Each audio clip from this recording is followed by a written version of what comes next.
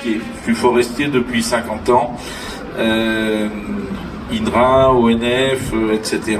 J'ai dû garder quelque chose du métal et de la rébellion puisque j'ai réussi à me faire virer d'un peu partout. Aujourd'hui, je suis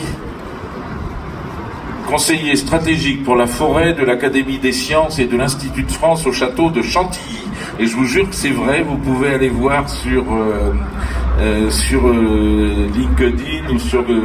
Et c'est d'ailleurs une chose qui est assez remarquable dans le monde forestier. Tu évoquais les luthiers. On a vécu dans un monde qui était très très organisé, conservateur, peinard. Il suffisait d'avoir fait la bonne école et d'être sorti du bon rang de la bonne école et ensuite on finissait directeur général ou chef de service. Et puis là, depuis 10 ans, patatras, il y a un gros pet qui nous tombe sur la tête, mais vraiment c'est quelque chose de monstrueux qui s'appelle le changement climatique. Et je ne devrais pas le dire comme ça, hein, mais les charlots et les guignols qui avançaient à l'ancienneté, ben cela ça marche plus. Donc peut-être de plus en plus on voit arriver dans le monde forestier, dans le monde de la recherche, des gens qui ont conscience, qui sont effarés de la gravité de la situation. Il y a 15 ans, on pensait que chaque année, on avait 105 millions de mètres cubes de plus dans chaque année dans les forêts françaises. On a fait une erreur de calcul. C'est pas facile de calculer le volume des bois. Finalement, c'était pas 105, c'était 95.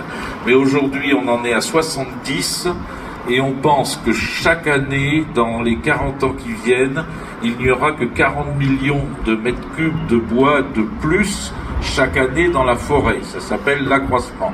Pourquoi ? Parce que le changement climatique est un monstre et si il y a un diable quelque part, c'est pas dans le métal qu'il faut aller le chercher, c'est dans les forêts. C'est le changement climatique, c'est quelque chose de monstrueux. On va se prendre, oublions les 2 degrés, hein. Ça, c'était du blabla des accords de Paris. On va avoir, en tout cas vous, plus 4 degrés avant la fin du siècle.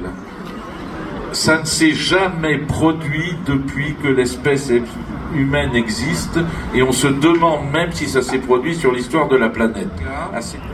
C'est pas une raison pour tout foutre en l'air, les capacités de réaction des écosystèmes sont extrêmement fortes et puis après tout, si on n'a plus de forêt et qu'on a des steppes, eh bien les steppes ça existe.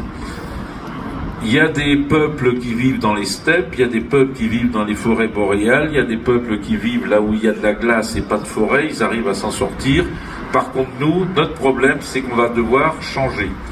Je pense que dans le métal, et c'est pas pour vous cirer les pompes, il y a une énergie primale, vitale, de départ, dont toute l'humanité aura besoin pour trouver la force de réagir face à cette truc qui nous tombe sur la tête. Voilà, je sais pas si j'ai répondu à ta question, mais en tout cas, moi, c'est la façon dont je vis aujourd'hui et ça fait 50 ans que je fais ce boulot-là et j'espère bien que je vais encore continuer au moins autant.